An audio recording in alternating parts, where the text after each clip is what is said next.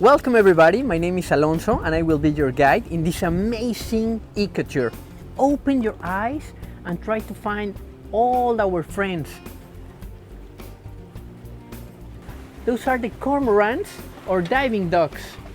They can stay under the water maybe for 1.5 minutes. That's why we call them diving ducks. We are close to the cenotes area.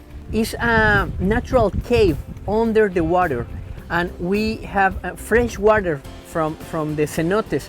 This water is a mix between the water from the ocean and fresh water from the cenotes. Oh yeah, look, there's a crocodile. Excellent, Capitan. Can you see the eyes outside the water?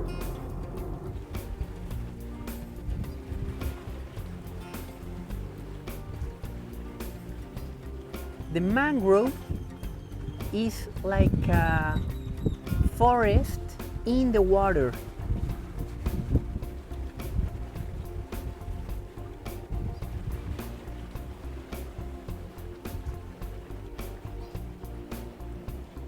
From May to October, we have 4 different sea turtles.